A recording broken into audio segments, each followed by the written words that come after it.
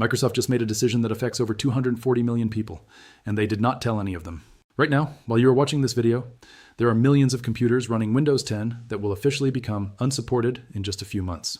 Microsoft wants those people to buy new computers. They want you to believe that your old computer is not good enough anymore. But there is a solution sitting right in front of you that they do not want you to know about. It is free, it runs better on your hardware than Windows ever did, and it respects your freedom. I am talking about Linux, and what it just did for the tech world is something that Microsoft has been struggling to match for years. By the end of this video, you are going to know exactly why 240 million people should be paying attention to this, and more importantly, what you can do about it right now. Let me tell you what is actually happening here. Microsoft announced the end-of-life date for Windows 10, and they set it for October 2025. That means after that date, there will be no more security updates, no more patches, no more support. They are essentially telling 240 million people that their computers are now dangerous to use on the internet. But here's the thing that nobody is talking about.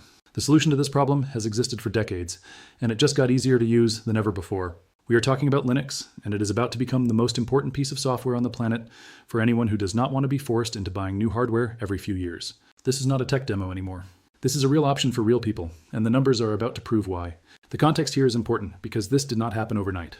Microsoft has been slowly tightening the screws on Windows for years. They increased system requirements with Windows 11 to include TPM 2.0 chips, secure boot, and specific CPU generations. Millions of computers that were perfectly functional with Windows 10 suddenly could not run Windows 11. This was not an accident. This was a business decision. They decided that they wanted to push people toward new hardware purchases, and they used software requirements as the mechanism to do it. Meanwhile, Linux has been quietly improving, becoming more user-friendly, and maintaining a philosophy that stands in direct opposition to planned obsolescence. Linux can run on computers from 2008 just as well as it runs on the newest hardware available. That is not a coincidence. That is by design. The real story here is what Linux just accomplished that Windows still cannot match. Linux has achieved something that the entire tech industry said was impossible for a consumer operating system. It has created an ecosystem where your computer does not slow down over time, where updates do not break your existing software, where you control what runs on your machine, not the company that sold you the operating system. Windows still cannot do this. After 20 years of development and billions of dollars in research, Windows still cannot match the long-term stability that Linux has offered for decades. The reason is simple. Linux is open source, which means thousands of developers around the world are constantly improving it, finding bugs, and fixing security issues. Windows is closed source, which means only Microsoft controls what happens inside your computer. And Microsoft has business interests that are not always aligned with what is best for you as a user. Before we go further, I need you to do something. If you are still on Windows 10 and this video is making you think about switching, put a switched in the comments right now. I want to see how many people are in this situation. Also, hit that thumbs up button if you found this information valuable, because YouTube is going to show this video to more people who need to hear it. These actions take seconds, but they help this channel grow, and more importantly, they help people find information that can save them hundreds of dollars on new computers they do not actually need to buy. Now let me explain what Linux actually did that is so significant. The kernel development team recently released updates that have fundamentally changed how operating systems handle system resources. Linux now manages memory, CPU usage, and background processes in ways that Windows developers are still trying to figure out how to match. The efficiency gains are not small. We are talking about systems that run 30% faster on the same hardware after the update. This is not marketing speak.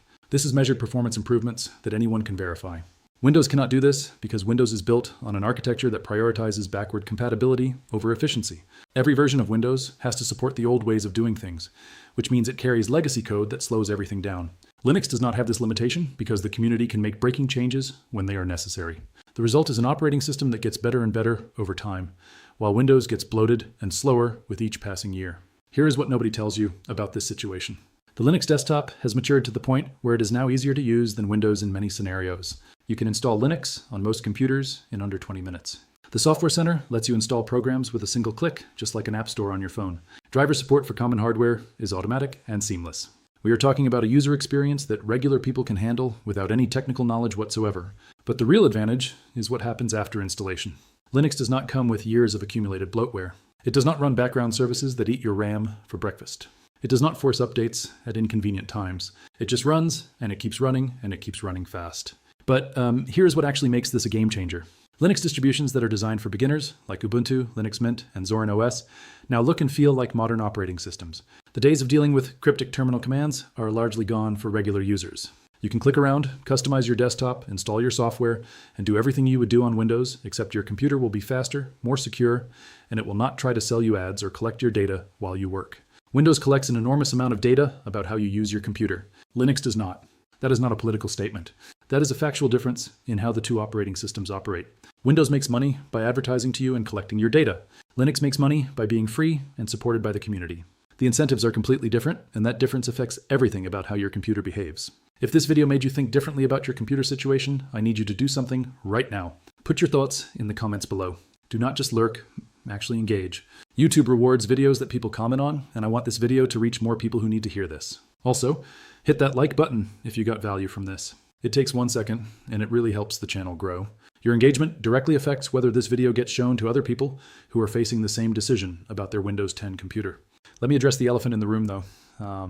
There are things that Windows does well. If you need to play the newest games, Windows is currently the better choice because most game developers target Windows as their primary platform. If you need to use specific software that only runs on Windows, then obviously you need Windows. Nobody is suggesting that Linux is the answer for every single person on the planet.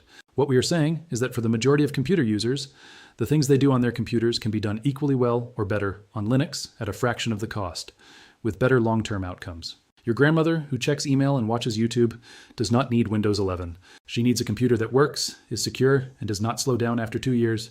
Linux delivers that. Windows does not. Not anymore. The comparison does not stop at performance, though. Security is where Linux has always dominated, and it is becoming increasingly relevant as cyber threats evolve. Windows is the primary target for malware, viruses, and ransomware because it has the largest market share. If you are a hacker looking to infect as many computers as possible, you target Windows. Linux users still get malware occasionally, but it is exponentially rarer. And the architecture of Linux makes it much harder for malicious software to gain control of the system in the first place. When a security vulnerability is discovered in Linux, the global community of developers works together to fix it quickly. Patches are released within days or even hours. With Windows, you have to wait for Microsoft to release an update, which sometimes takes weeks, and you also have to trust that the update does not break something else in the process. With Linux, the transparency of the open source model means you can verify what the patch actually does, or you can rely on the community to do that verification for you. The privacy implications here are enormous. Windows 11 has been shown to collect extensive telemetry data, including your typing patterns, app usage, location data, and much more. Microsoft says this data helps improve the product, but it also helps them advertise to you and understand your behavior in ways that should make any privacy-conscious person uncomfortable. Linux distributions like Linux Mint, Fedora, and Ubuntu have options to minimize or eliminate telemetry completely. Some distros have zero telemetry by default. When you use Linux, you are the only one who knows what you are doing on your computer. There is no big corporation watching your every click. That is not a feature you can add to Windows.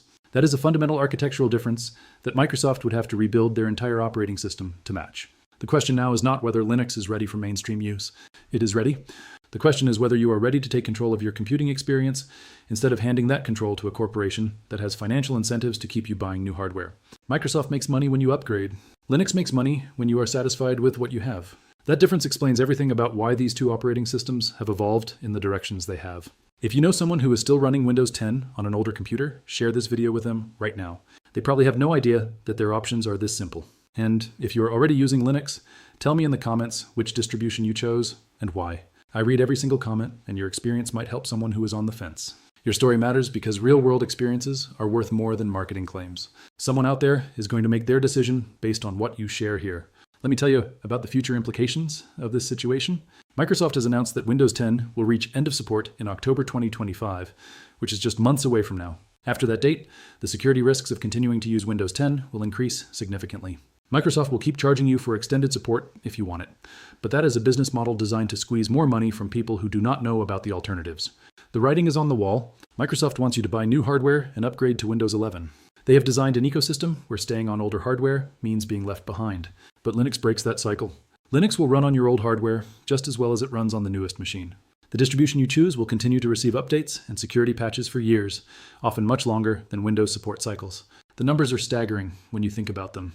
Over 240 million computers are still running Windows 10 as of the most recent estimates. These are functional computers that could easily run Linux for another 5, 10, or even 15 years.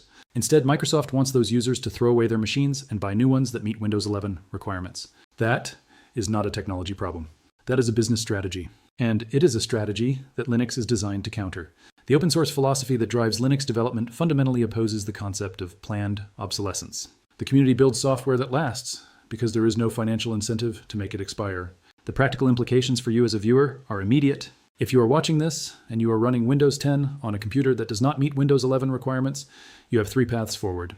You can pay Microsoft for extended security support, which is a temporary solution that delays the inevitable. You can buy a new computer that meets the requirements, which costs hundreds of dollars and contributes to electronic waste. Or you can switch to Linux, which is free, runs better on your existing hardware, and will continue to be supported for years to come. The math is not complicated. For most people, Linux is the clear winner. But what about compatibility with your daily workflow? This is the question that stops most people from making the switch, and it is a valid concern. However, the landscape has changed dramatically in recent years. Most people use their computers for web browsing, email, streaming video, video calls, document creation, and light photo editing. All of these tasks have excellent Linux equivalents. Chrome and Firefox work identically on Linux. Microsoft Office works through the web version or alternatives like LibreOffice. Video streaming services work perfectly. Video conferencing tools like Zoom have native Linux versions. The average person is not going to run into compatibility issues that make Linux unusable for their needs. For the small percentage of users who need Windows-specific software, there are still options. Virtual machines can run Windows inside Linux if you absolutely need to use a Windows application. Wine and similar tools can run some Windows software directly on Linux. Gaming on Linux has improved dramatically with tools like Steam Proton, which lets many Windows games run on Linux without any technical knowledge required. The gaps that used to exist between Windows and Linux compatibility have narrowed significantly. The average user who just wants to do their work without fighting their computer will find that Linux meets their needs in ways Windows increasingly does not. This is why the timing of what Linux just accomplished is so significant. We are at a cultural tipping point where millions of people are realizing that they do not want to be forced into hardware upgrades every few years. They are realizing that their computers should serve them, not the other way around. Linux represents a philosophy that puts user control first, and that philosophy has produced an operating system that is now ready for mainstream adoption in a way it never was before. The numbers do not lie. Linux usage has increased dramatically in recent years as more people discover what it offers.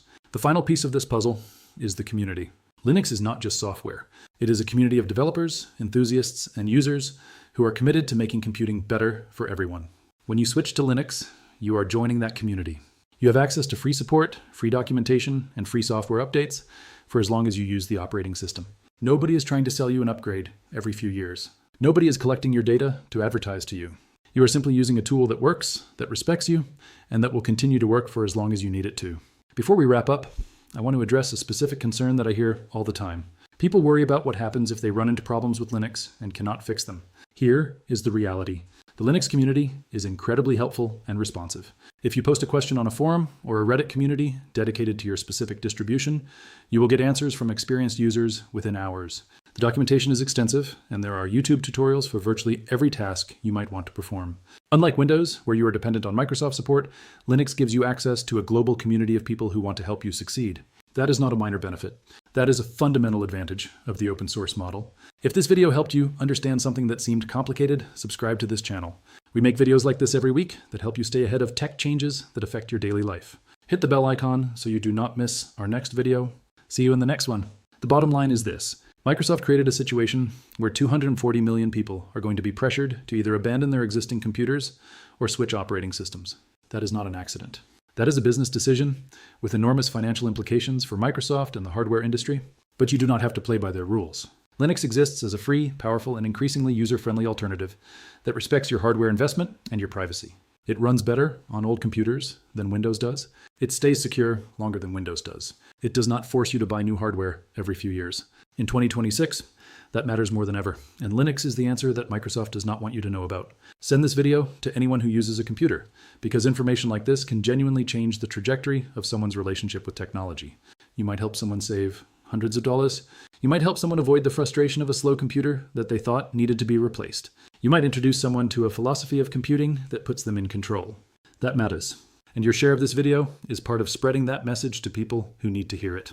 The decision is yours, but now you have the information you need to make it. The era of forced hardware upgrades is ending. Linux proved that an operating system can respect its users, and in 2026, that lesson is more relevant than ever. Thank you for watching, and I will see you in the next one.